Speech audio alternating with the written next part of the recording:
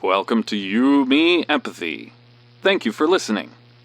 We would like to remind you that this podcast is for informational and entertainment purposes only, and is not a substitute for medical advice, diagnosis, or treatment. Known as just a silly boy with a feely heart. Please consider supporting the show. Check us out on Patreon or simply leave a review on iTunes.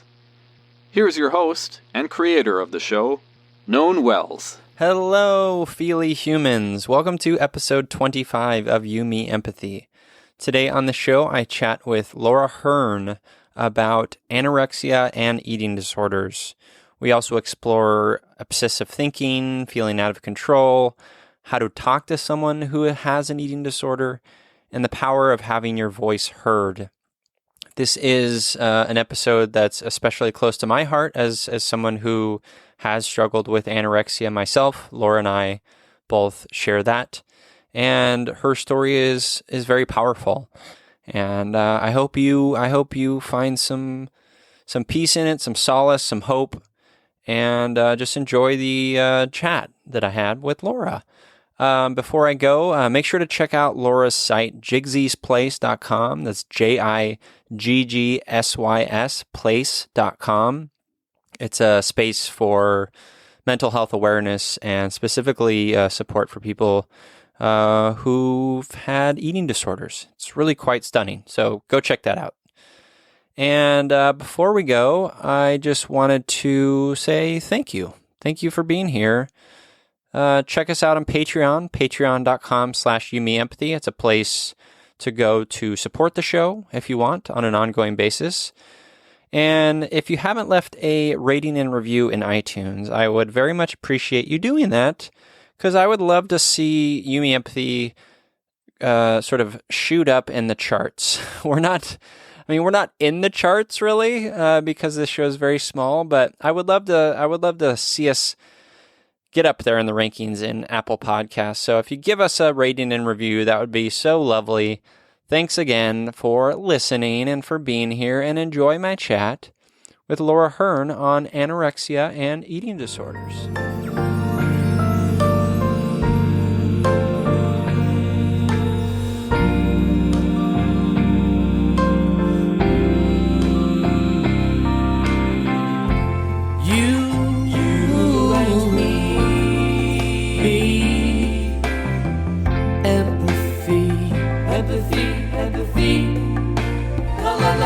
La la la la, you, me, empathy, yeah, la la la. Welcome to You, Me, Empathy, a podcast about exploring the struggles we face in our day-to-day lives as humans trying to get by on this wondrous and overwhelming pale blue dot. The intent of You, Me, Empathy is to talk openly, without judgment, about our neuroses, our mental illnesses, our shared anxieties and worries, to create a dialogue that is vulnerable and deeply human and empathetic, and to share that dialogue with others to inspire emotional and cognitive collaboration and insight so we can, hand in hand, break down the stigma that make us feel shame and guilt for struggling, for feeling our feelings, for being human. You, Me, Empathy is a safe place, a conversation between friends, a place to inspire the beauty in each of us. Today, I am frankly quite overjoyed to take another adventure on the topic of eating disorders with compassionate community builder, core self-healer, and anorexia conqueror, Laura Hearn. Hello, Laura. Hi. Hi, Ian. How are you? I'm really good, thank you. Really good. Really nice to be part of this. So thank you for inviting me. Oh, you're very welcome. I'm very excited to have you and excited to connect with you and learn more about your story and all the good that you're doing in the world in terms of mental health awareness. It's great. And before we get into that, though, we always start the show with a little bit of an emotional check-in. So this is just me asking you, how's your week been? Sure. So, yeah, it's Wednesday, so we're halfway through, and I've had a really good day today. In fact, today's been probably the best day so far this week. I had, I don't know what happened yesterday. I was at work, and I felt quite anxious, that kind of like butterfly feeling in your stomach that you think something bad's going to happen. Yeah. And when that happens, my head can go into overdrive. So throughout some of my eating disorder, I had sort of parts of OCD, and I realized that I can get quite obsessed about one thing and then it magnifies. And it was to do with a personal relationship, and I was like, oh, I felt really insecure in the relationship. And in the past, I would have sort of wanted to contact that person lots to get reassurance, and I was just like, no, this is just me. Nothing's changed. Just take a chill. But it's a really unsettling feeling, and I hate it. But it does pass. And today it's passed, and I'm glad these days I don't act on those feelings, because often I would, and it would be for absolutely no reason and cause a problem when there wasn't a problem. So I've learned to kind of feel them, acknowledge them, and kind of get on with what I'm meant to be doing in the day, and hopefully they'll pass. So yesterday wasn't such a great day, but today's been a really good day. So yeah, and it's Easter coming up here in the UK, so I have a long weekend to look forward to. Great. Yeah. It is amazing how we can, we experience some sort of insecurity or, obsessive thinking, and, that sort of takes over our entire worlds, and we can't see past that. But it's great that you were able to take a breath and sort of move past that and realize, oh, the next day this is gone. That's great. Yeah, it is interesting, because there was something else on Monday actually when I think about it, and I always try and think if there's a lesson to learn from it. And I suppose actually just even talking to you now has kind of made me think about it a bit more and realize that there was a lesson to it. So even on Monday with the work incident, I wanted to be involved in a particular production. I work for a news organisation, and I hadn't had confirmation that I was going to be involved, and I got quite obsessed about it and sent a couple of texts and an email to the person, and they were like, "Why are you sending me so many messages?" And I was like, "Well, I just need to know. I need to know. Like, I've got stuff to do, plan around it." And I took a step back and thought, oh my God, you idiot. Like, you're not the most important thing in their world. They've got lots of meetings. And why did you send 3 messages asking the same thing? And I realized that it was a similar, like my OCD, like isn't really an issue that much. And it always sort of played out in the cleanliness kind of aspects of it. So washing hands and things. But I noticed actually in the last 2 days, even now just talking to you, that kind of obsessive thinking was actually a kind of OCD in a way that I couldn't, it wasn't quite so normal or whatever is normal, but it was unnecessarily too much to be sending 3-4 messages about one thing. And then so I realized that is an area of me that possibly I need to chill from. And has that interrupted it? Sorry. No, it's all right. It's all right. Yeah. I relate to that very much. I definitely find that I can be in a place where I get excited about a thing, like a new idea or a project or whatever. And then, I sort of emotionally expect everyone to be on the same page as I am. I think that's something a lot of us probably struggle with from time to time. And therefore, it's almost like this weird sort of control thing, and we want people to be excited. I think it comes from a sort of innocent place, but we also have to remind ourselves, like, okay, like you said, okay, we're the world doesn't revolve around us, even though sometimes in our sort of passions, it can feel that way. Yeah, especially in my eating disorder. I was so self-obsessed. I thought the whole world revolved around me, and actually people have got lives, and you're really not that important to them at half the time. Yeah, this is true. It's a humbling sort of realization that we all need to come to. Yeah, for sure. Well, my week's been pretty good. I think that, it's been pretty solid so far. I went for a run yesterday, and I've been trying to be more actively, I consider myself a writer, and I like to write. But over the last few years, I haven't been actively just taking notes and sort of journaling more. And so lately, over the last couple of months, I've been trying to do that more. And so whenever I come upon a thought or an idea, I whip out my phone and I open my notes app and I write that idea down. And, it's therapeutic in and of itself, just getting it out. But it's also, I can maybe refer to it later and develop, something out of it. But yesterday I had this strange thought, and I'm just going to read it verbatim because it's interesting. I say, quote, "I didn't know how to relate to people as a young person. I was wild because I didn't have an identity I could call my own. I felt pressured and insecure by my religious environment. I felt scared and alone because of the anger and violence of my father. I was sad and melancholy, and I didn't know what to do with it. I hadn't the tools. And I think where some kids, even into high school, can make that work and get by on charm and confidence, I had none of that. I felt like an outcast." And I was just thinking about like a lot, actually, yeah. What's that? I would relate to that a lot, yeah. Yeah, it's I think not probably fitting in. What's that?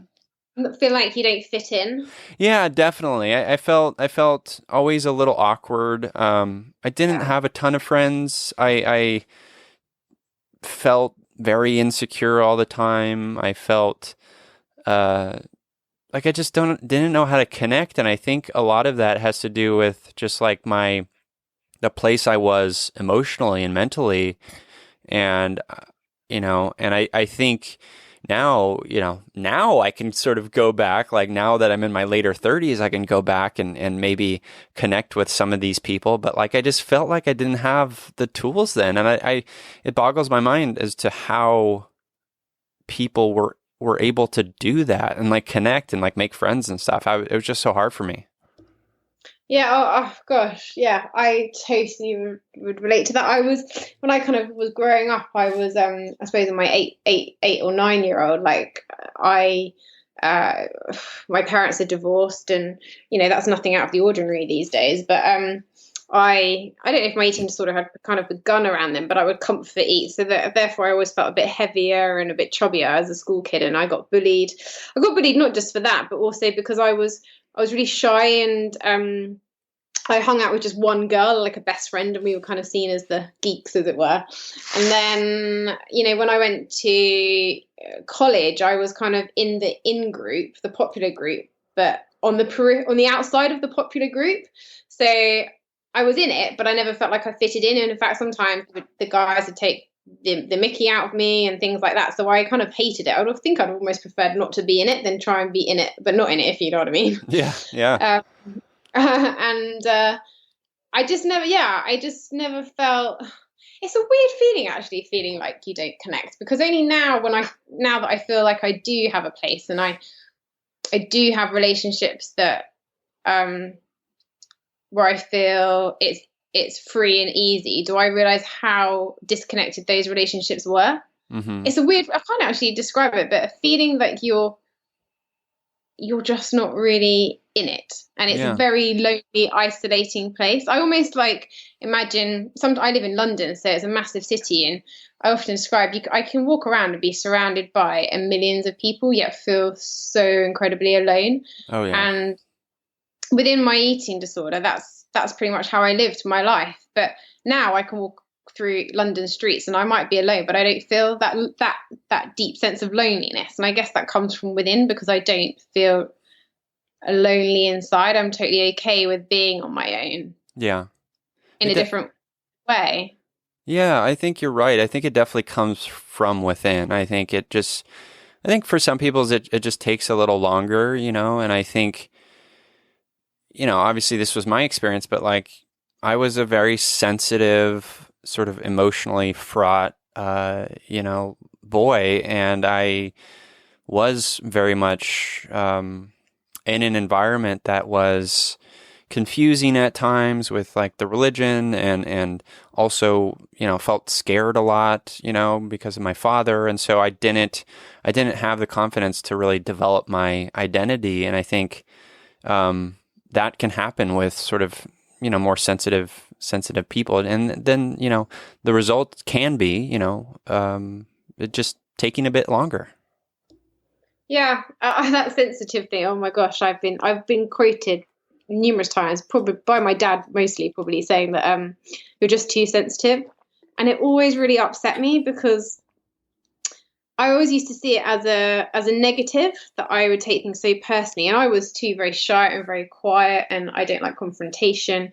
My sister is the very vocal one, and I would often be in between horrendous, like, volatile arguments at home, and I would often be the one standing in the middle, just sort of screaming at them to shush, or I would go into my room and be, very quiet.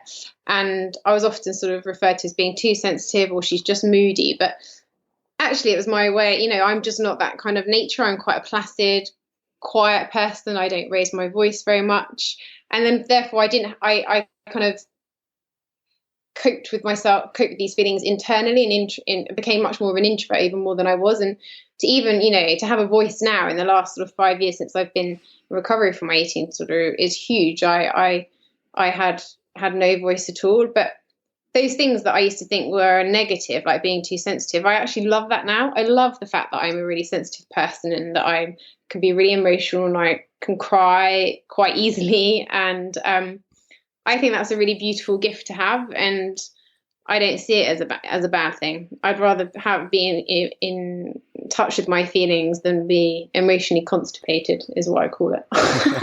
That's a good way to put it. And I completely, wholeheartedly agree. I think that it is very damaging to have the perspective of sensitivity equals some sort of weakness or whatever. And I think the sensitive people, I think our culture is getting better at sort of recognizing that sensitivity and compassion and empathy are traits to aspire to. And I think it's just, we still got a lot of work, but I'm right with you there, Laura. And even for a man, it must be, it's difficult enough trying to, in this society, I think we've become a lot better at sort of speaking about our feelings and things. And women are often more accessible or accepted to talk about their feelings. But for a guy, it's like, I still think that crazy ideology of you have to be the strong one, you're not allowed to show your feelings, it's a weakness. I think that still really massively needs to shift. Yeah, that's super idiotic, and I'm hesitant to sort of say that me as a white privileged male has sort of I'm in a place of lesser than any woman. I would never claim that, but yeah, I see your point. I think that culturally, there's this idea that, as a man, you have to be strong, and there's this machismo element that is just so distinct. I just hate it. Like my wife would tell me that, would sort of remind me that I do have issues with that type of construct in people, these sort of like outwardly aggressive, physical, like ego-driven type of person. And, that's because of my father, and so I guess I would thank my father for that, turning me away from that sort of ideal. But yeah, I'm with you. You still have a relationship with your father, or? I don't really. Thanks for asking. I don't really. He's not really in my life. I have seen him, various sort of family, big family gathering type of situations, but I steer clear. He still brings me a lot of pain, and so yeah, I steer clear. Yeah. So Laura, I want to let's talk about you and your sort of origin story. We'll get into sort of what you're doing now and with Jigsy's Place and all that amazing stuff. But I want to understand, sort of where it started for you. You developed anorexia, is that correct? Yeah. When I was, I guess I was formally diagnosed when I was 18. Yeah, 18. Yeah. Mm-hmm. But really, I guess I had food issues. I can't from as long as I can remember. So, from the age of sort of 8 or 9, like I sort of previously touched on earlier, I would I don't know if I was slightly overweight, but it was like, nothing really major. But I would comfort eat quite a lot. So I'd remember, I worked in a bakery, and I would sort of pick at the cakes and things, but I would never eat a whole one. So I would convince myself that I hadn't eaten a whole one, and things like that. And then I'd come home from school, and I would graze and eat quite a lot of chocolate bars, and then I'd have these massive pasta bowls of cereal, like one after the other, even though when my stomach hurt, and then I wouldn't want my dinner, and I'd often like sit on the sofa and like pinch my tires around my stomach. So I guess I remember having quite a poor relationship with my body and my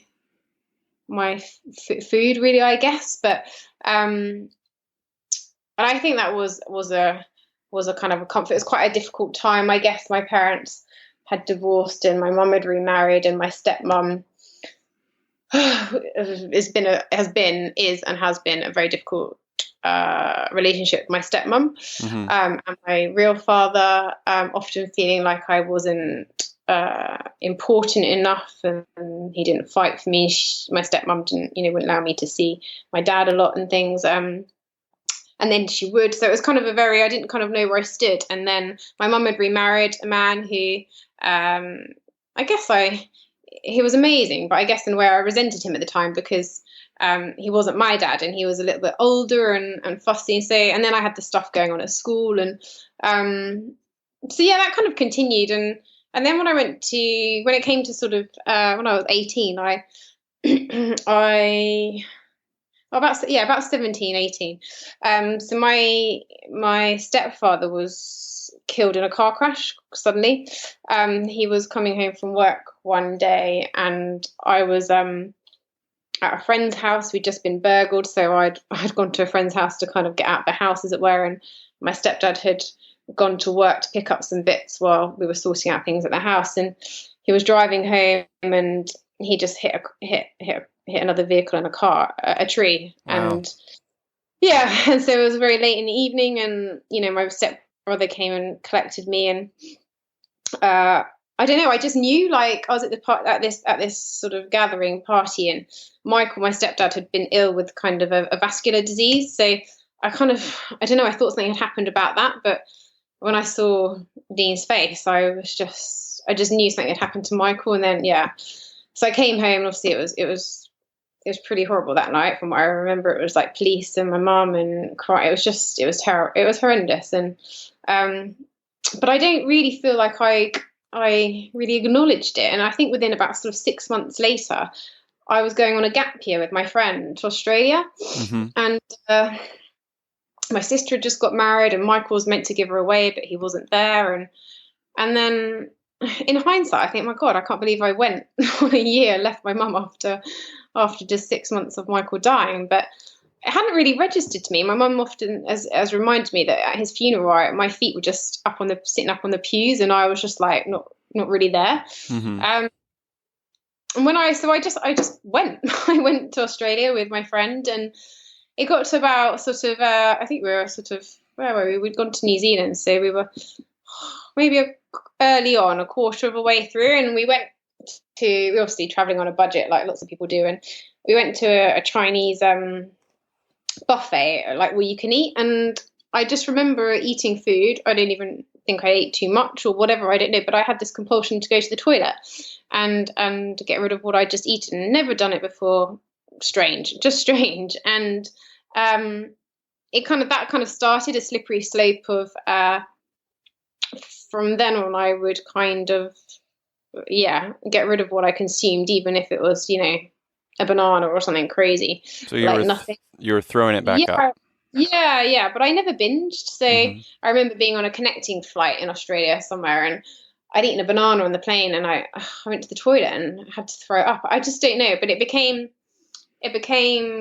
too difficult to hide from my friend. She got concerned, and eventually we came home a bit early, and so I came home and I had lost a bit of weight, and obviously I was quite tanned, and people were just like, "Oh wow, you look brilliant!" And I was like, "Yeah." I'm like, "This is great," Yeah. and that just fueled my eating disorder. And I just thought, actually, I just want to be. I had started to restrict from then, because I just realized actually being sick was too obvious. So I started going massively into restriction, and when I came back, it just rapidly declined. I had 2 jobs. I would muck out like loads of horses in the morning at 5 in the morning, then go to an Italian restaurant, work there to say that I'd eaten at the restaurant, go get changed, go to the gym, come home. I'd throw food over the garden fence. I was just in an absolute cycle of deceit, lies, like I was obsessed. Something had taken over me very quickly, and I was just dramatically losing weight. But I guess this was like, so I'm 36 now, and this was a long time ago, and no one had really was familiar with an eating disorder or anything. And my sister and my family, like, oh my god, I kind of crashed my car, and from lack of concentration, and that kind of made everyone think, geez, I couldn't work anymore. It was all just becoming horrendous. So you were around 18 then? Well, I'd come back, so I was about 19. Okay. 18, yeah, about 19. And what kinds of, I'm curious as to what kinds of things, when you said your friend was worried when you're traveling, what kinds of things did they notice, and did they bring up anything to you? Yeah, Natalie just was like, I just can't cope with this now. Like, it was just so obvious. After we'd go out for dinner or something, we'd make dinner, and I just started becoming really weird around food. So like, I would suddenly not eat the pasta, but I had no idea what was wrong with me. It's like, now it's so hard when you're on the other side. You know all these things, and you know why you did what you did. But I just, at the time, it was like, I just can't do this. Like, I just can't eat the food. Like, Right. I had no idea. Right. And I was just, I remember. I think I remember when I was working in this Italian restaurant. So I would have, it was a great place, great way to say I'd eaten already, and I'd go home and tell mum that I'd eaten at the restaurant and stuff. But I remember I was on my own in the restaurant one day, just setting up, and I used to make myself a coffee, like from the nice Italian coffee machine. And this one time, I couldn't put the milk in the coffee.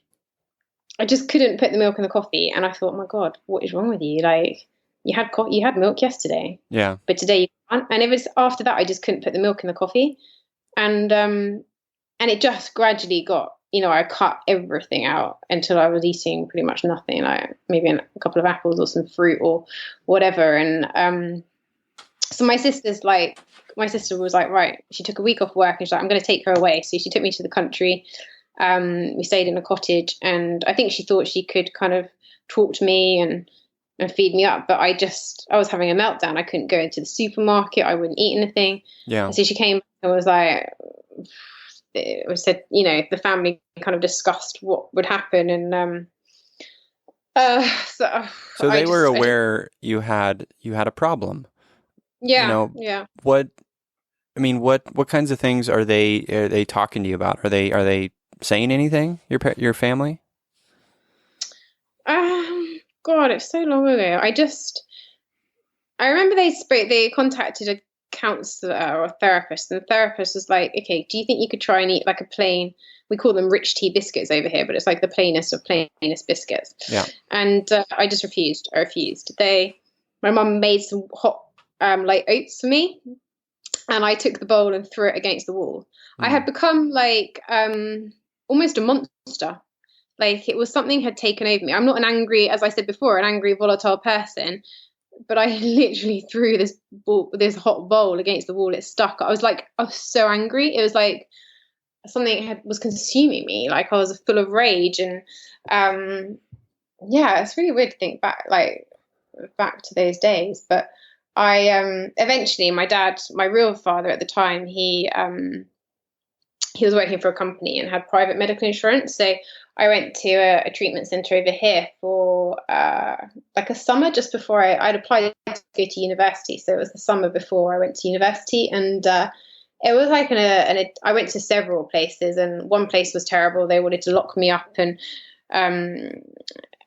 force feed me, and it was just hideous. So my mum was like, "I'm not leaving you here anymore." So I went to another facility that was really for an addiction facility for people who had alcohol and drug issues, and I was the only one with an eating disorder, and they didn't really get it, if I'm honest. Like, it was a really good place for me to start talking. We had group therapies and things, but they would let me do what I wanted with my food. So my alcoholic friend Isabel, she'd take half my baked potato off the plate for me. There was no kind of structure or food plans. So it was a good respite. And actually that was in 2000, because I remember seeing the Twin Towers happen on the TV. So that was in 2000. And and I was hell bent on going to university. So I guess I came out and I went to university, and somehow I survived it with quite a few relapses. I went there for 4 years, and it was the first time actually I made some really good friends. I guess I went to an art college, and I guess art kind of attracts all sorts of misfits in a way. It's not like a business, and it was by the beach, and it was in the countryside, so it wasn't a big corporate city university or anything. I just really found my place, and I loved it there. I was still really anorexic, and I had to I relapsed several times, so I had to take some time out of uni, but I had some good friends, and I have a real great passion for horses, and I found some horses that I rode, and that really helped me. But I was severely underweight, and I remember walking up and down the high street trying to find the lowest calorie can of soup, and surviving on boiled sweets and pints of hot Ribena. And I have no idea how I achieved a master's, but then anorexics generally have a characteristic of being quite perfectionism and never giving up. So those traits, I kind of were good in that way, because I made sure I was damned is going to get my master's degree. But so I had treatment in and out while I was there and things, but I passed, and then I landed a job in the city in London, and I guess I spent the next 10 years existing really in and out of various different treatment centres. When you were at university, what in this sort of artsy environment, and in an episode recently, I chatted with Sarah Jickling, who's a musician, and we talked about the sort of romanticization of mental illness within that community. Was there anything like that? Like, did you feel like, oh, I'm with my people and it's okay to be anorexic? No. In fact, it wasn't really talked about mental health then. I had two really good friends that knew about my eating disorder, and Rosie, she also had kind of suffered from a bit of depression. I had a boyfriend in my last year, but and I lived with him for a bit, but it was very difficult for him, and my eating disorder ended up breaking us up really. It wasn't really talked about. I don't really know anyone else who had issues. Now I probably would if I'd have speak to them again. I'm sure lots of people at that place had, university had issues, but I didn't find my people, as it were, in terms of people who were suffering from similar things. But I found people who had, parents that weren't quite, functional, or I don't know. It was just a very small town, seaside town. It was very close knit. People were kind of, I don't know. I felt like I fitted in, I guess, and I found a really good group of friends, and it was just it was a wonderful. We'd walk to each other's house and have cups of tea. Whereas now I live in London. I can't imagine going to university in London. That would just never happen, because it's like you have to get tubes and travel everywhere, and you just don't have that intimacy. But the university that was very intimate and very, very peaceful, and I love being in nature and being by the sea, so I think that helped. And but I don't know. I can't imagine what my experience probably would have been a whole lot different if I didn't have my eating disorder, for sure. Yeah. How did it impact you physically during that time? Because I know for me, you and I are the same age. I think we experienced our eating disorders during about the same time, late teens, early 20s.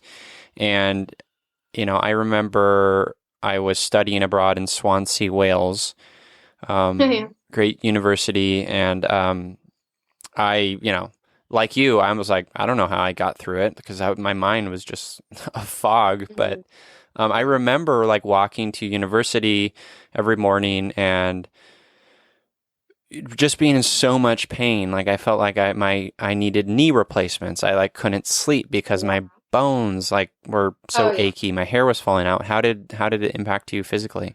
Yeah, the first and the second year were the worst, I think. You're right. Like there were some days where didn't have the energy to ride the horses. I would often, maybe skip, like it was quite social. So there was like a couple of nightclubs and I would maybe skip those, or I would drink lots of, alcohol because it was sugary. I don't have a problem with alcohol, but I would drink that to get me through. Or I remember going to sleep one night and I remember it was which house it was in, and I'm feeling the ribs and wondering if I would, and my breathing and having sort of panic attacks, and I'm wondering if I would wake up the next day. I've taken sleeping tablets to get myself to sleep because I was so hungry. And then, it becomes quite difficult for, being in a relationship. Like my boyfriend was just like, he was wanting to have a good time. This is in my third year and like parties, and there's me like so tired. I just wanted to go to bed at like 8 o'clock or 9 o'clock, or I would get mad. Like we lived in a house and there was another guy that lived with us, and I remember I'd been given a food plan and I was so rigid with the food plan that I'd have to have a specific carton of orange juice, a specific packet of biscuits, a brand, because I knew exactly how many calories they were in. And one night I remember my boyfriend's friend came in like overnight and just drank all my orange juice, and I just like flipped out because we lived in a small area. The nearest supermarket was like a half an hour drive away, where I knew I could get this particular brand of orange juice. And the local shops did orange juice, but it may have been 1 calorie or 2 calories more. And I had this orange juice, and I flipped out at his friend. I was like, "Oh my God, you come in, like, this is my food. You drunk my orange juice. Now I've got to go to Truro to get like this carton." And I mean, that is just absolutely insane behavior. And so clearly it caused a massive, a situation with my boyfriend and everything. And I wasn't up for partying, and I was just tired. And you can't be in a relationship when you have an eating disorder, because your eating disorder is the most important thing to you. That is your relationship. Absolutely. Yeah. Looking, so now that you're in a place where you are recovered and you're doing all this work, and we'll get to that, but I'm curious as to what work you've done to look back on that time to sort of try to understand and uncover rather where it came from and what it was all about. I think the catalyst was Michael's death, my stepdad. Mm-hmm. I think me going away, I didn't acknowledge it. And I think I do now know, I mean, I probably missed out a massive chunk. It's really hard when you give your story to someone because you miss bits out, and when it's been such a long time. But when I came back, I felt, since I've explored what my behavior, my eating disorder, I felt an immense amount of guilt around Michael's death. I felt that I needed to punish myself because I didn't feel like he knew I loved him, because I was 16 and he was quite a fusspot. And fusspot, I like that. In fact, he's sitting in a photo looking at me now. He's on bar, and I wouldn't have been able to talk about him without crying even maybe 2 years ago, but I'm laughing at this now because he was a fusspot. He was a bit older, and he would, he'd tell me, turn the light switches off, like when you leave the room, or put your slippers on when you go from the kitchen to the lounge. And I'd be like, "Oh my God, Michael, this is so annoying. Why are you such a fusspot? Like, you're such a granddad." He would love like Frank Sinatra. And at the time I hated Frank Sinatra because I felt like it's old people's music. And so I guess at times I was like a bit off with him maybe. And then, we'd often go, he would take us on holiday to Spain like every summer. And you take it for granted when you're like 14, 15, 16 that you go on holiday every year to Spain. But, now it was such a great privilege. And he saved up, all year to be able to give my mum and my nan and my sister like this really great holiday. That was his thing. He just loved to be in Spain and just have a really good 6 weeks, 3 or 4, 6 weeks to like chill out. And because of this condition he hadn't been able to go for a couple of years because he was on steroids and things. But the doctor said this year you can go. And so we went, and I was about 16 at the time. And I remember I guess I was a typical teenager, but I got involved with a group of guys that probably weren't that tasteful. And I felt like I ruined his holiday, basically. I was like, my God, the one time he could finally go, I ruined his holiday. And we came back that night from the holiday. And like I said, we come back to a burglary. So I think I kind of thought, I will apologize to him at some point for being a bit of a teenage pain. And then I never got that chance because he never came back that night. And my eating sort of really used that as energy to fuel it. I was playing the same record around in my head that you need to punish yourself. You didn't tell him you loved him. If he was here now, I mean, what I would do now, I love Frank Sinatra now. I would love to sit and have a coffee with him and talk about things. I turn the goddamn lights off myself now. I like take my shoes off at the door. All the things that he taught me that I used to moan about, I do. He basically brought me up. All the things that I am now is probably pretty much more Michael than my actual dad, even though I do have quite a good relationship with my dad now. But he looked after my mum. My mum, had been through a very difficult time with my dad. He'd had numerous affairs and whatnot. And Michael really saved my mum and treated her like a princess. And he took on board my sister, who was quite difficult at times, and the whole family. And he didn't need to do that. And I guess I've always wanted to thank him, or for him to know that I really did love him beyond belief. And because when you can never have closure with someone, it's very difficult. And I think my eating disorder was there before. It was just underlying, trickling away. But I think his death really was a catalyst for it. And no matter how many times my mum said, of course he knew you loved him. You weren't that bad. You were just a 16. You don't need to punish yourself. He wouldn't want you to. I couldn't stop playing the record in my head. Yeah. So I think that was the catalyst. And then obviously the longer it goes on and, you become more isolated and the habits become more ingrained, I didn't know how to live another way. It was the way I tried to get attention. Like from my real dad, I was like, surely if I get thin enough or fragile enough, he'll worry about me more. He'll fight for me more. Yeah. It was a way it was never that I don't know for you, but I never, it's a bit of a myth or a misconception that every anorexic stands on a pair of scales and is like, wants to be a supermodel or wants to be like someone in a magazine. I was never that sort of person. I was never, massively into makeup and all that. And I never really wanted to be like, a supermodel, or it wasn't that I stood on the scales all the time. It was really a way of coping with my feelings. And I did not know how to cope with my feelings without my eating disorder. And until I learned how to communicate and process them, accept them, and live in the world when shit happens, because it does, without reverting to my eating disorder.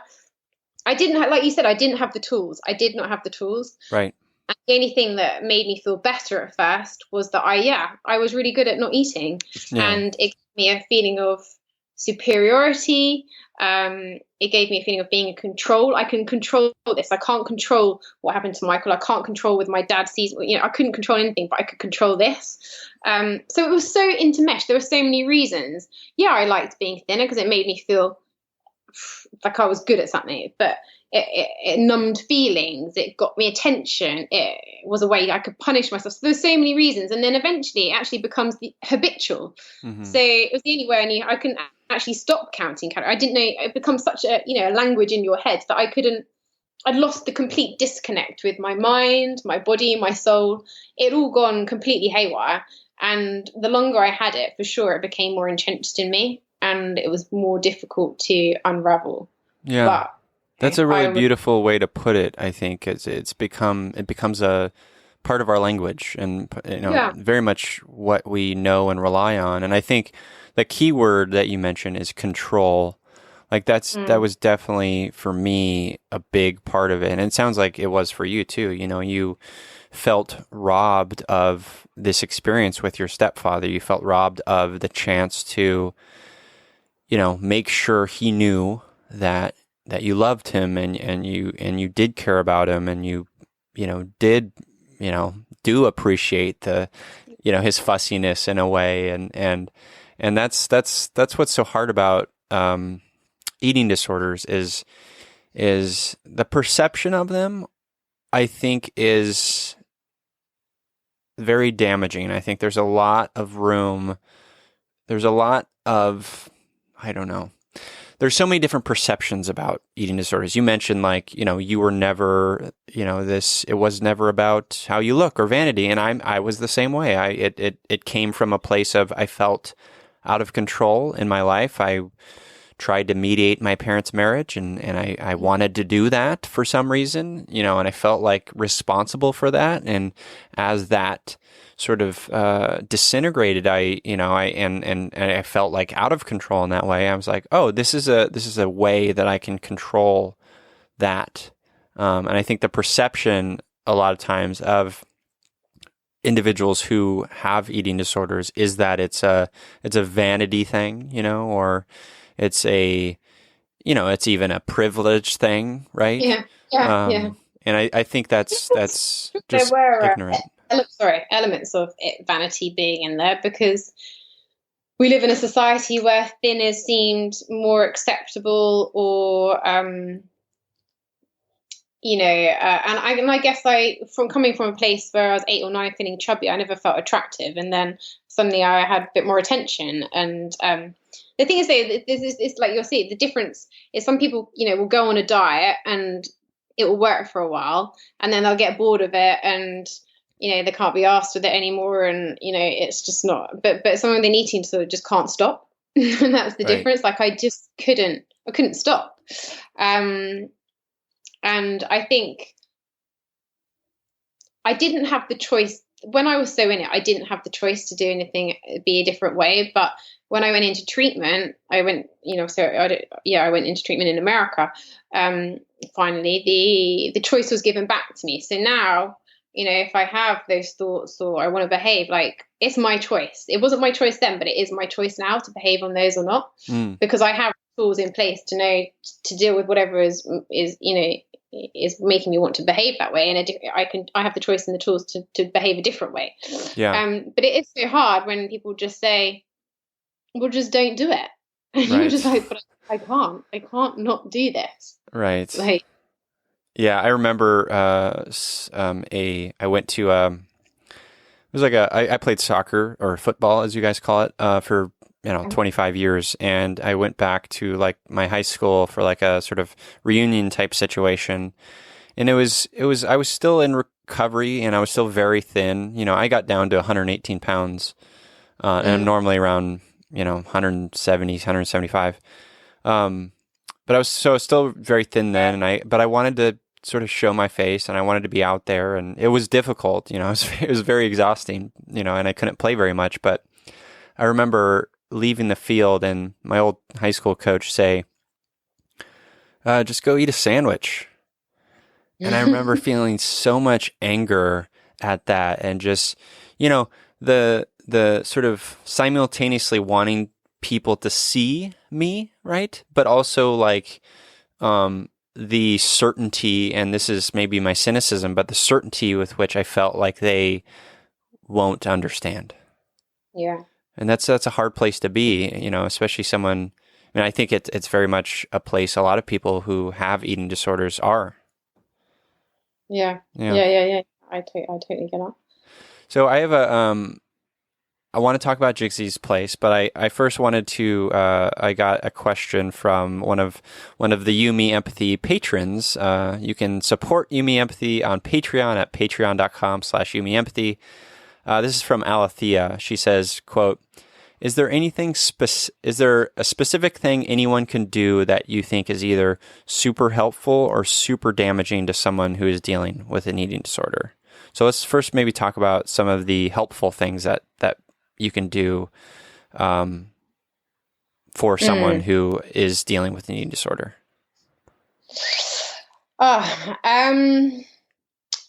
So for the person who's actually experiencing the eating disorder. Yeah. So, Yeah.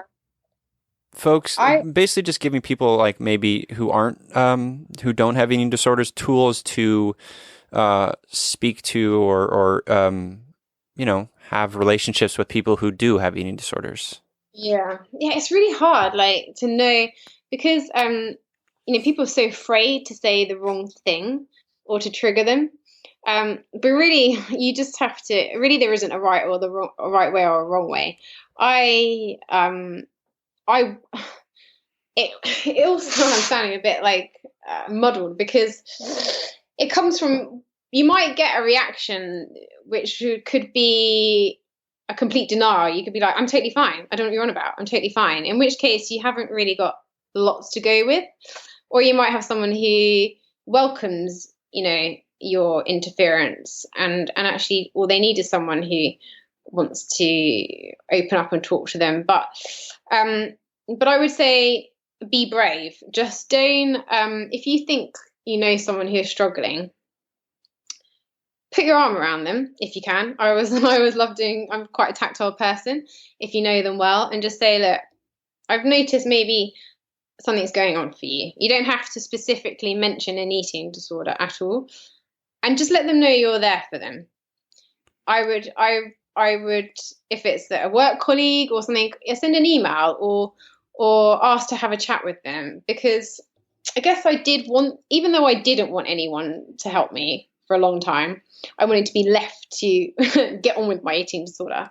At the same time, I desperately did want someone to help me, because really it is a cry for help. But I think if you go in with it in a numbers game, or like specifically focus on food or numbers, then it's not very helpful. If when people would say to me, even in early days of recovery, oh, you look really well.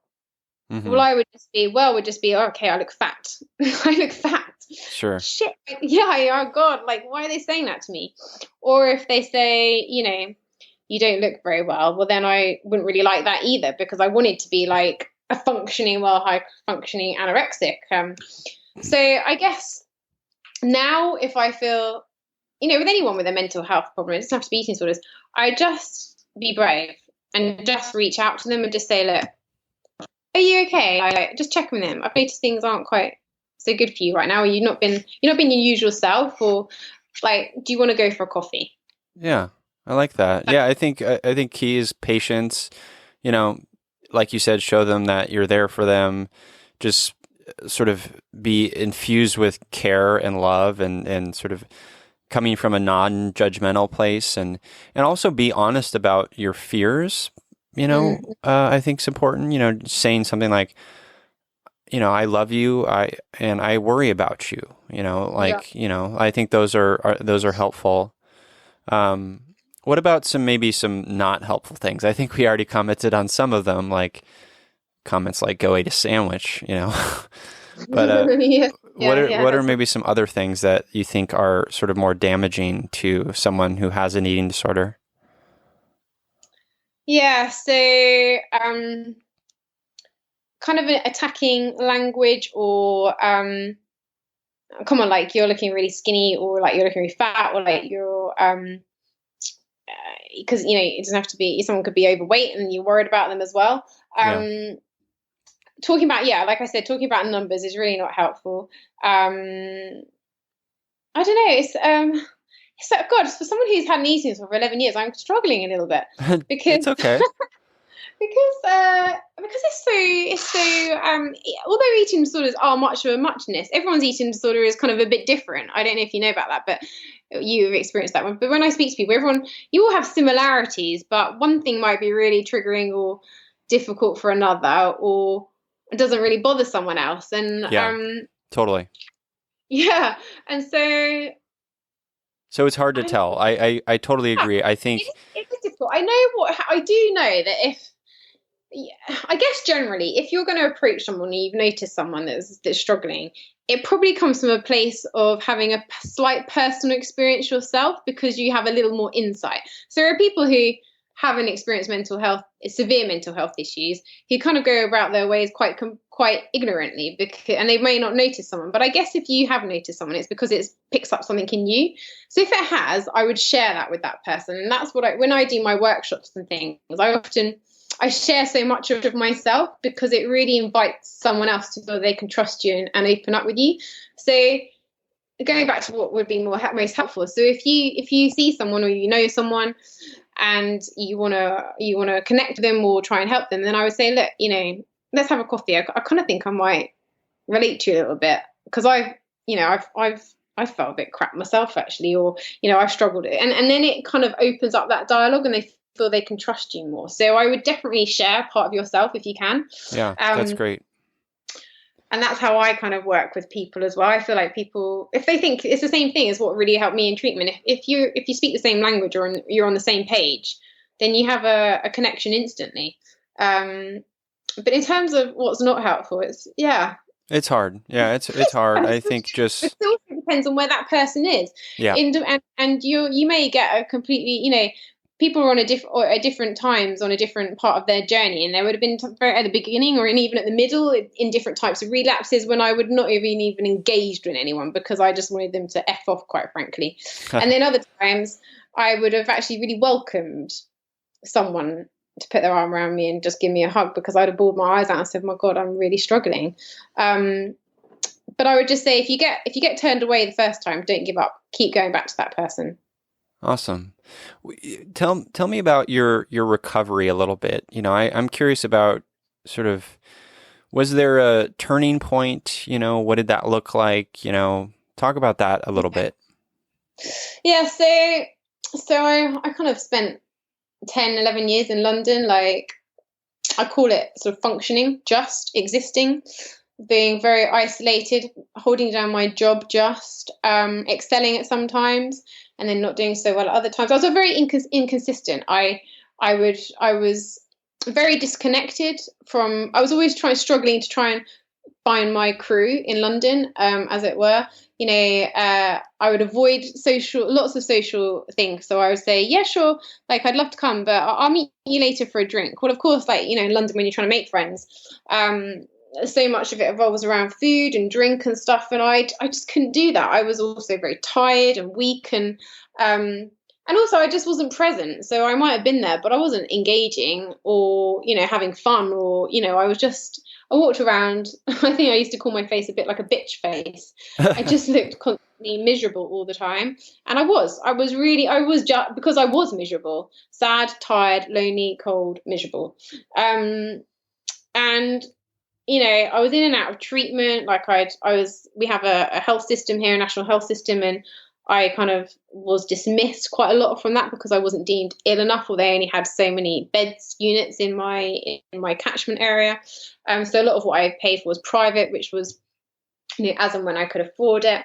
But it got to when I was 28, and I just thought, my God, like, am I going to live the next 10 years, decade of my life like this? Because I'd rather not be here if that was the case.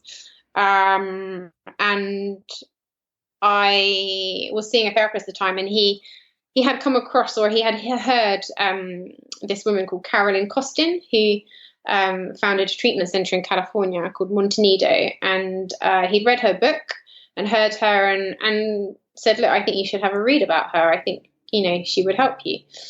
So I ordered the book from Amazon, and within the first 3 pages of reading the book, I thought, oh my God, this woman gets me. What's the book called? It's called The 8 Keys of Recovery, 8 Keys to Recovery.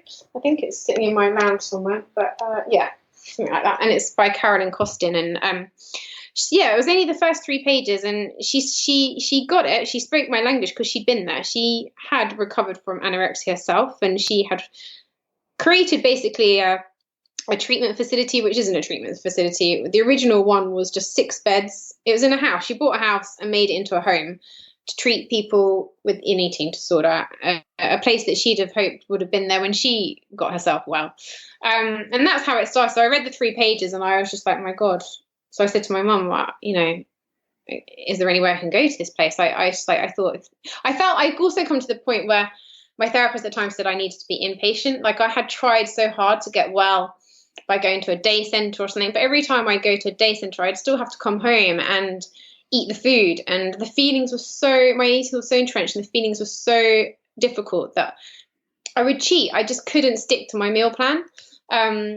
I felt like I really needed to be contained. And as scared as I was, like I was terrified of going somewhere, I felt like it was the best shot I was going to have. And in the UK, the treatment over here is, in my opinion, quite often reactive, not proactive. So they deal with the physical aspects, but they don't ever really often conquer the head, or if they do, it's very in a clinical way. So there are lots of people who relapse. They sort of send you out and you're fed up, but you actually still have your eating disorder.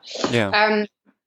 So anyway, long story, we contacted this place, Montenegro, and it was we realized it probably wasn't going to be possible because it cost so much money to go.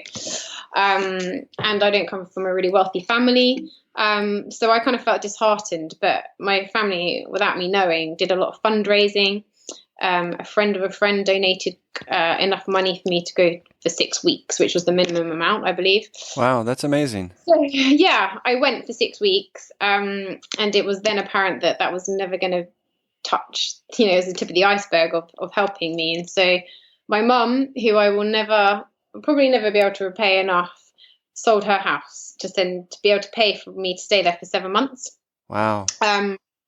Which was a huge sacrifice. And my mum is like my best friend. She's my hero. She's everything. I have a great relationship with her, but she made a huge sacrifice. And it was only possible because she had met someone else and was able to move in with him, which meant she could sell her house, as it were. What a beautiful gift. Yeah, it is a beautiful gift, but it shouldn't be that way. I don't think treatment should be exclusive, and it is exclusive. There's not everyone, in America, when I was there were people who were there privately funded, but there were also people there who were on insurance. And there were girls who would come in for 2 weeks, and then one day their insurance would cut them and they had to leave the next day. Or if they were lucky, they would get 6 months, so I just feel like treatment shouldn't be based on your finances. It shouldn't. Right. And unfortunately it is. And anyway, my experience was that it saved my life, or it enabled me to save my own life. And it was the most healing, nurturing, beautiful place. It was bloody tough. And they said that my eating disorder was a mother effing monster. And there were times when I was almost had to be thrown out, but they stuck with me. And it's a massive community that I'm still very much involved in. Carolyn is, there are lots of, she's taken a different involvement in it now. She's taken a bit of a back step because she just got so busy and wanted to have a bit more of her life. But there are other treatment facilities around America that's part of the Montenegro program. But she, I speak to her on a daily, on a weekly, monthly basis. She remembers everybody that's gone through those doors. I'm actually training to be a coach, eating disorder coach through the Carolyn Costin Institute. And it's a huge alumni community. Like we have a Facebook group. My friend who I was in treatment with lives in LA, and she's coming to stay with me in the summer. So it's a massive connection, and that has been a massive help to me because I came back to the UK and I as much as I wanted to get on with my life, I was in a bubble and I loved it there, and I could have easily moved and lived in LA if I could have stayed. But so credit to them that I have been able to keep myself well without being so close to the community, because most of the other people live quite near there and can go back there and check in. But I've Skyped my dietitian, my therapist Lindsay.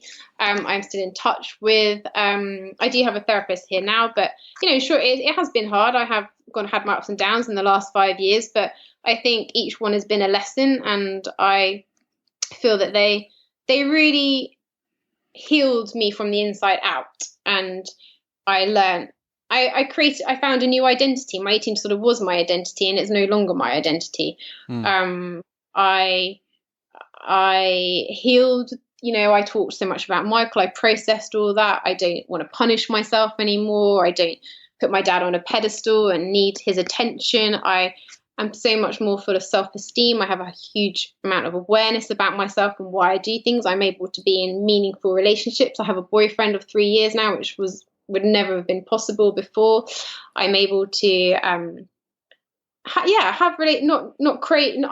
to have my eating was so much about my ego. I needed self-validation from so many people, whether it was work or family or friends. And now, it comes so much more from within. Sure, everyone likes to have praise and be told they've done a good job, but I can put my head on the pillow and be okay with myself, even if I fucked up, if you know what I mean. Yeah. My eating disorder is the reason they believed in 100% recovery where I went, and that was a phrase I'd never really heard over here. I was always like, you can just be better adapted, or you'll always be in recovery. And I thought, oh my God, am I going to go through all this and still always be in recovery? And Karen totally believes in 100% recovery, that you can be totally healed. And her idea of recovery was something that I totally believed in. So, over here, it's in London, and I think in parts of America, it's very, there are lots of food trends and crazes now, veganism and clean eating. And there are lots of people who say they're recovered from an eating disorder or whatever, but they're vegan and they adhere to this. And I was just like, oh my God, that's not the kind of recovery I want. Like, right. I restricted so many food groups for so long. Recovery to me is about being totally free. I convinced myself I was gluten free, like dairy free. I had all these sorts of allergies, but it was absolute bullshit. I didn't. It was just another way for me not to, to restrict. And so in recovery, if my boyfriend or family makes me spaghetti bolognese, well, it's going to be with, meat and white pasta, like, and Parmesan. I don't want to have the kind of recovery that I fear is often promoted on social media and things. And so that was another reason that I really loved where I went, and the ethos, and it was so much more about my weight and my food. It was about, connecting back to who I was and being in relationships with other people. And they always said, choose the relationship over the food, and that's what will keep you well.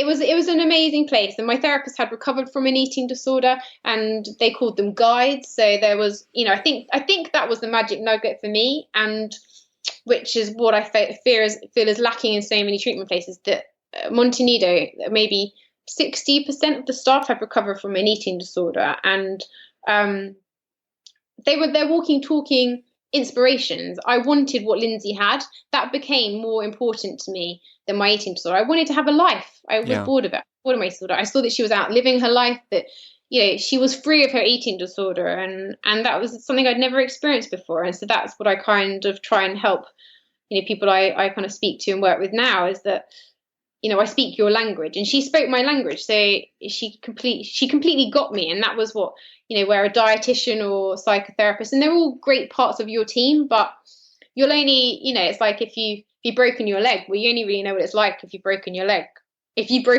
So right. I think that was the difference to me over there, and I'm incredibly grateful and fortunate that I was able to go there, and It sounds like an amazing program, and I think. And I'm not a puppy for Montenegro. I'm not like a promoter of Sure. them. It's just my experience. Yeah, I mean, you were experiencing trauma, and you had a life-changing experience there, and I think it's important to point out that I think sometimes we do need to work with people and heal through people's experiences, and realize that we're not alone, and that, to see, like you said, like to see that they had the thing that I had, and their life is better, and they are living a quote unquote normal life, and that's inspiring.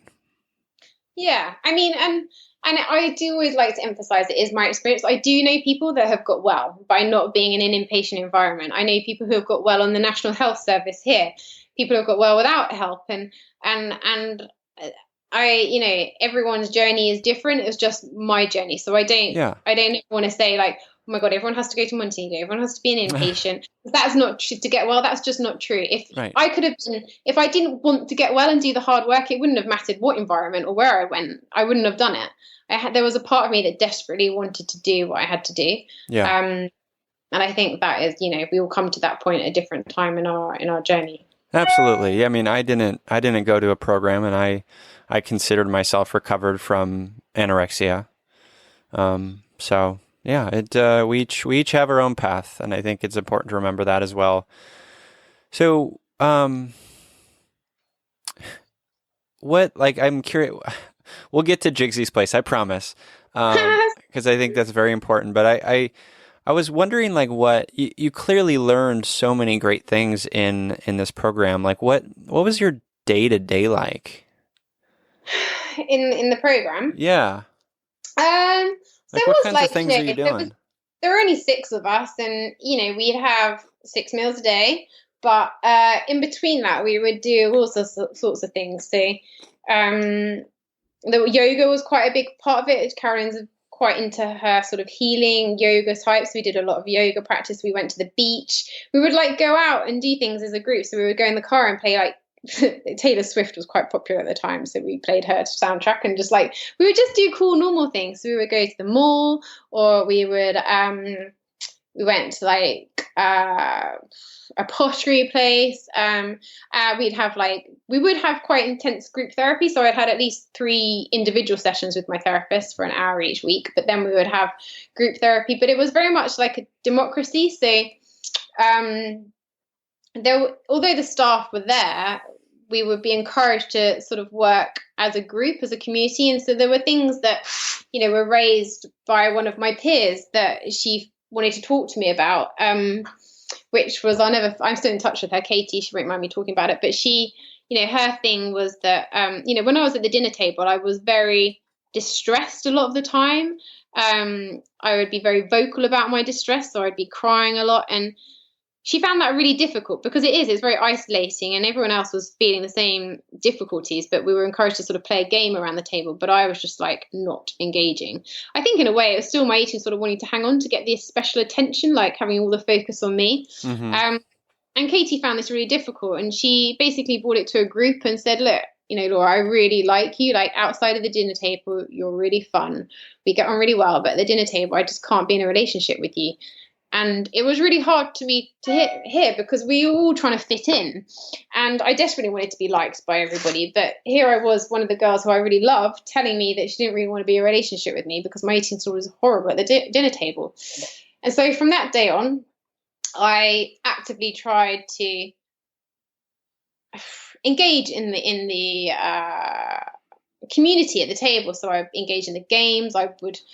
The staff decided to ignore me. They wouldn't give me any special attention. And gradually, being in a relationship with Katie became more important, and my eating sort of dissipated so much at the table. So it was very much like we were encouraged to talk to each other, to be part of each other. We would, and then there were lots of meal times, but we would, so there was like a level system. So we started on level 1 and right the way through to level 5 if you were able to stay that long. And we had contracts, we had to adhere to certain goals, but the goals weren't, specifically food related, which I think often treatment centers are. The goals were like, I was always in my sweatpants. Like, I didn't bother with myself. I had a very low opinion of myself. So they were like, I had to dress up days where I wasn't allowed to be in my sweatpants, which was really difficult because my stomach was often bloated at the time. I hated what I looked like, but they wanted me to make an effort because it helped build my confidence and self-esteem, which it did. And I hated it at the time, but it did. And I started to take more pride in myself. So that was on my contract. Very different things that weren't so obvious, but they kind of knew. There were 2 horses. We used to go for a walk, and there were 2 horses like on one of the walks, and I loved them so much. And they, one of the things was that if I met some of my goals, I could go and have my therapy sessions outside the stables, and Lindsay and I would just sit on the stall outside with the horses. Oh, and, that's wonderful. Yeah, we got to know the owner, and eventually I started to ride with her once I'd left and was in the transition house. I got really friendly with her, and I used to go and ride on trails and stuff, and she was lovely. And so that was a massive incentive for me, because it's where I felt most able to talk and connect. So, they were very good like that. It was like a very, and we were, we did shop and cook. So we would like eventually be able to go in the kitchen and cook for people. And it was just cool. It was just like nothing over here. It was, incredible. And the reason it worked was because the founder had been there and she knew what would work. It was tough. They were pretty strict with me. But yeah, it was amazing. It sounds like an amazing community of compassionate people. Yeah, it was. Have you ever seen the movie? It came out a couple of years ago, I think. It's called To the Bone. Yeah, I did. I've done a few interviews about it, actually. Oh, yeah. It just reminded me.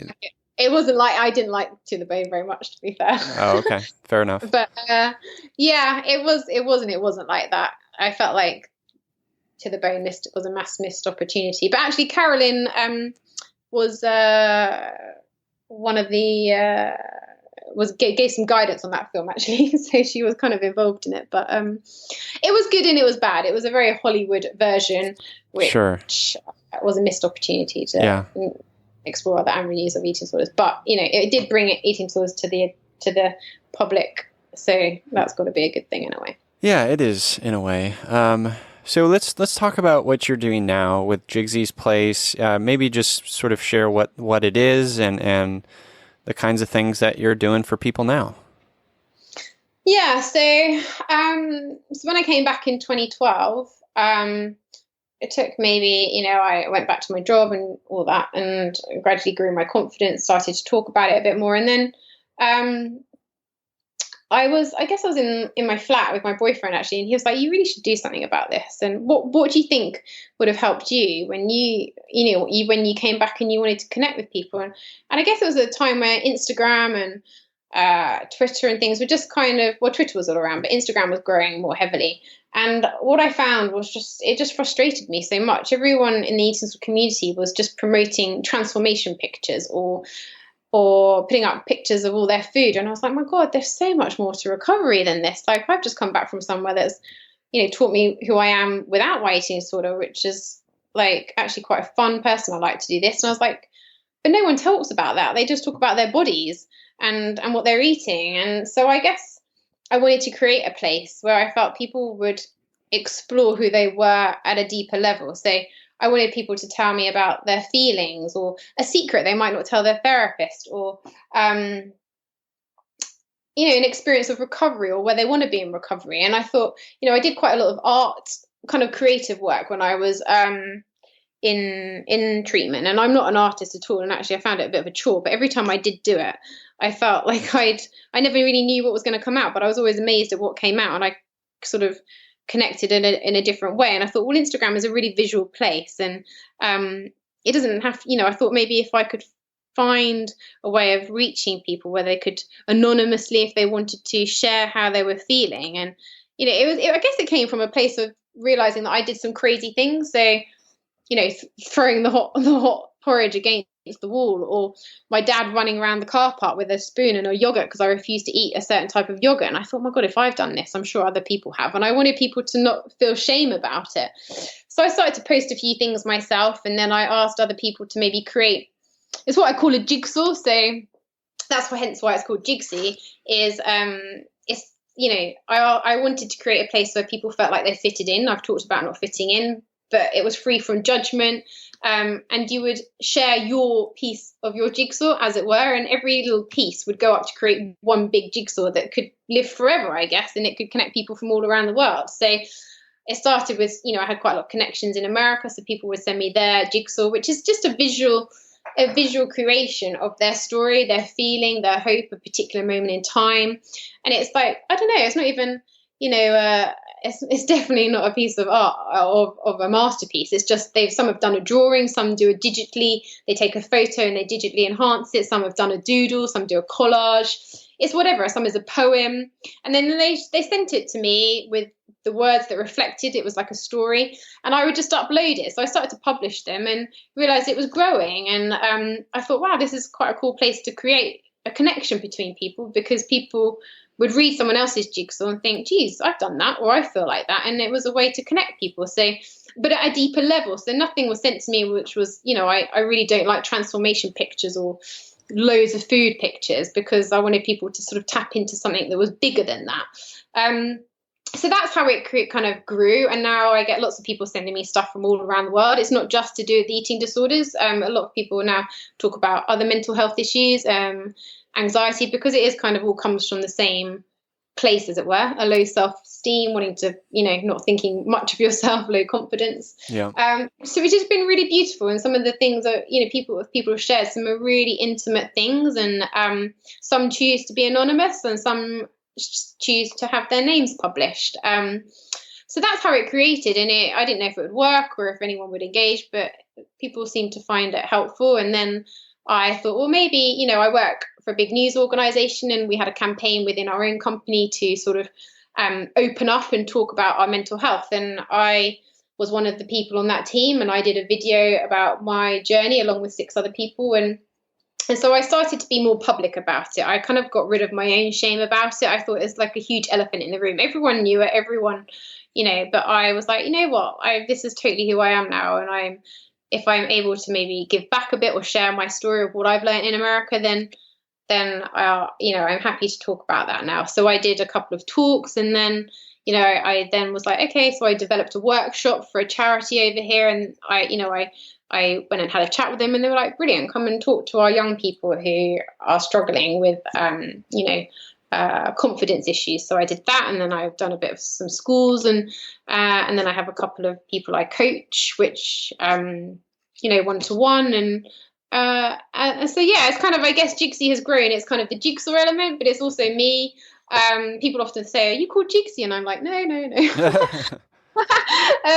So I do it alongside my job, and yeah, it's I don't know, it's such a cliche if you think. I never imagined I would ever be in a place where I'd be able to even be invited to do an interview or to speak to someone else. I never imagined. I literally thought I was a hopeless case, but I was beyond the point of help. And I had so much shame around it. I couldn't even speak. I had no confidence in myself. But it's quite amazing. The life on the other side, it's just, you have to go through hell to get through, to realize life can be quite beautiful. It can be pretty hard and shitty at times, but it's, and I think a lot of people give up because it's like, you have to go through hell to get the other side. I think a lot of people give up, and I think I tinkered on the doors of hell, opened the gates, and it was too much. And so I shut it and went back into my safety of my eating disorder. And it was only that's why I think being inpatient for me was kind of really helpful, because I opened the doors and I had to keep going through, but I was given the support. And it's only be able to get through to the other side that you then see how amazing life can be and the opportunities. And actually, I've gained so much by sharing my story and talking to people. I haven't had anyone actually disown me.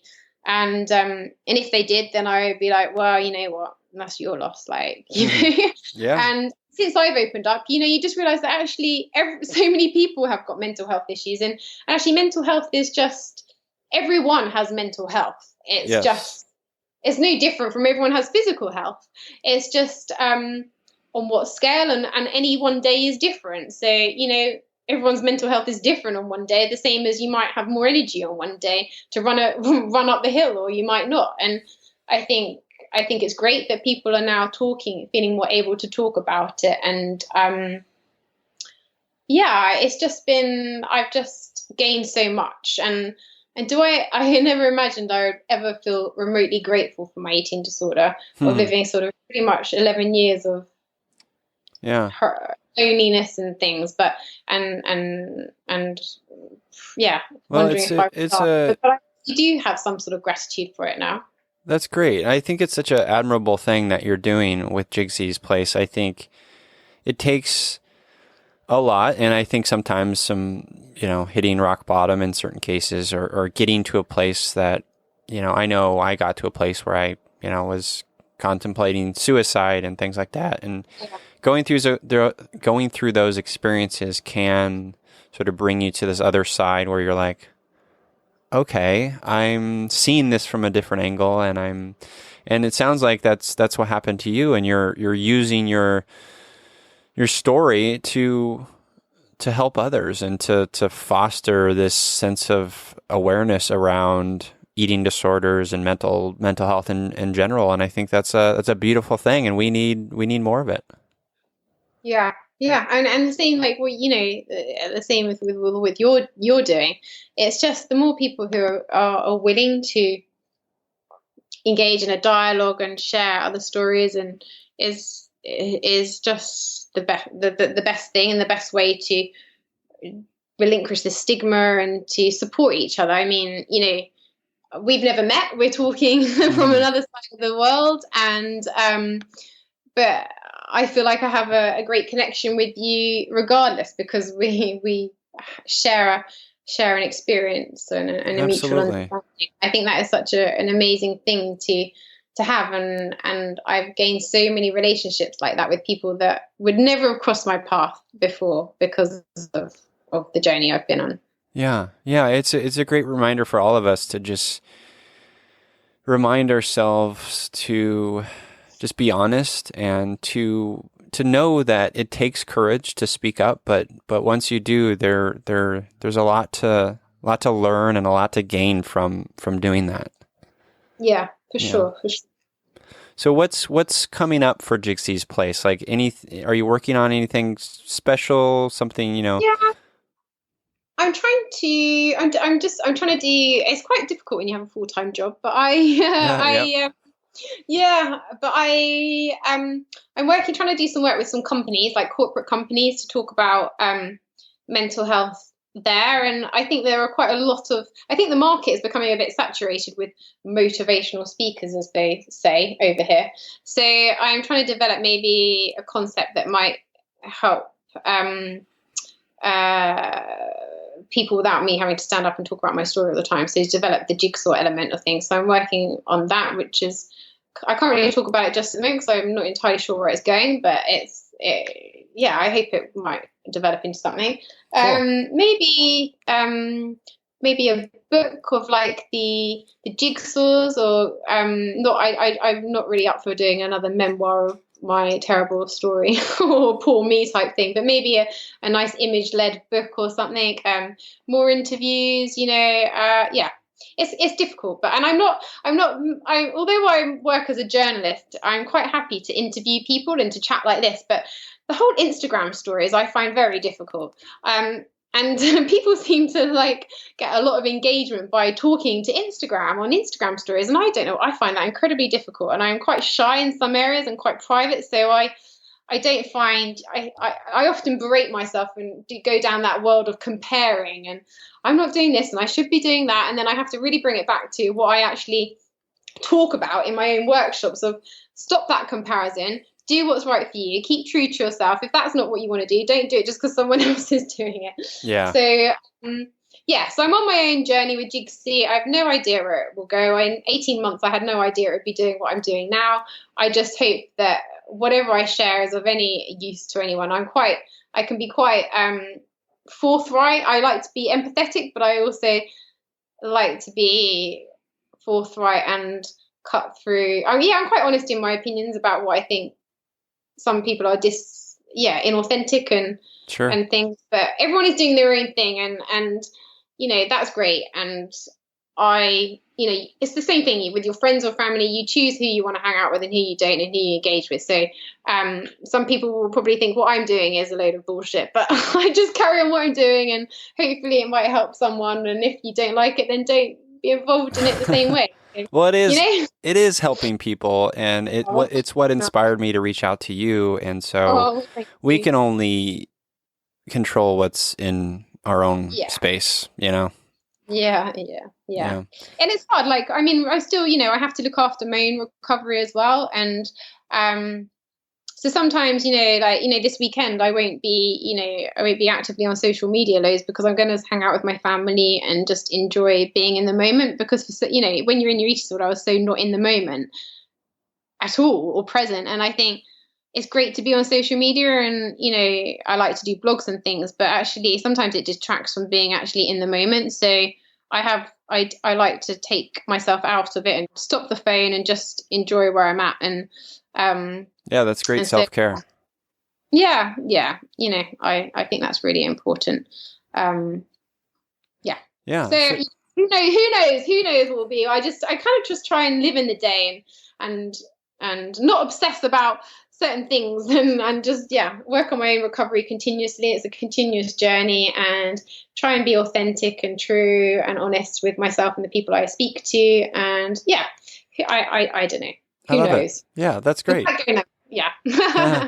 Well, we always sort of wrap up the show talking about our empathy heroes. So this is someone in our lives, either, we know personally, or even, I've used fictional characters, or, people I've never met who, or may even passed, so someone in our lives who's just a great sort of example of embracing empathy. Do you want to start with your empathy hero, or do you want me to go first? You go first. You want? Yeah. Okay. Yeah. My empathy hero this week is my friend John Peters, who is husband to my friend Mindy, who's a guest on this show. And John is someone I haven't met in person many times, just a handful of times. He lives in St. Paul, Minnesota. But every time I do, I'm reminded of sort of that Midwestern sort of solemnity, that Midwestern sort of charm and sort of nicety that is just so, I don't know, it's very calming to be around in a way. And John is just a very sweet, very kind person. And one of the traits I love about him most is that he listens very well, and he's a great conversationalist. And I think active listening is such a huge part of empathy. And so, John, if you're listening, you are my empathy hero this week. Oh, and then I should say that, John, for the listeners, you'll hear this in episodes previous to this, but John is the voice of the new Yumi Empathy disclaimer spot. He reached out to me, wanted to do that in sort of like an old-timey voice, and it's delightful. So thank you, John. Aw, he sounds like a great guy. He is. He really is. So what about you, Laura? Who's your empathy hero? Actually, she probably, So it's actually a girl that I was in treatment with, and I haven't spoken to her for maybe 5 years, but we obviously have the connections on Facebook. And the other day, she posted an open letter to the guy that raped her. And I read it, and I was totally blown away by the way she wrote it, and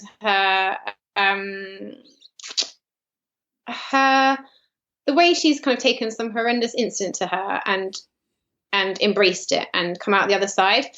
And the honesty to write it was just blew me away. And so I messaged her, and I just got in touch with her, and it was a really lovely connection that we have lots of connections on Facebook. We often don't actually connect with them, but we got in touch and we started chatting, and I said, I'd love to share your letter on Jigsy's Place if I could. So it is up there. You can see it. But she was just so brave, and what she'd been through and how she's come out the other side. And she had an eating disorder, and she's just not let it, she's not given the power to him anymore because she never knew him. And I just have a great amount of admiration for overcoming something that was not in her control to happen to her, and isn't in her control. But what is in control is how she has managed to overcome what happened to her and embrace it, and now go on to do great things and talk about it and encourage others and support others. And I think that is the beauty of going through an experience, that you take a negative and make it into a positive. And her name's Marie Catherine, and you can read her story or her letter on my page, and I think she's a really beautiful person, and she doesn't even know that I'm going to talk about her like this, but she is definitely my empathy hero today. Amazing. She sounds amazing, and what a courageous act. Yeah, for sure. Yeah. Well, before we go, where can people learn more about Jigsy's Place and this, just connect with you online, Laura? Yeah, sure. So my website, you can go to, it's just www.jigsiesplace.com. So that's JIGGSY, Jigsy's Place. And I'm on Instagram, Jigsy's Place, and where you'll see all the jigsaws get posted, and YouTube, Jigsy's Place. So yeah, but the website will show you all those links and things. So yeah. Perfect. Well, thank you so much. And please send me your jigsaw. I'd love to have, if anyone wants to share their story or feeling, on the website, there's a page where it shows you, gives you an idea of how to do it, and you can look at others for inspiration. It's not a masterpiece I'm after.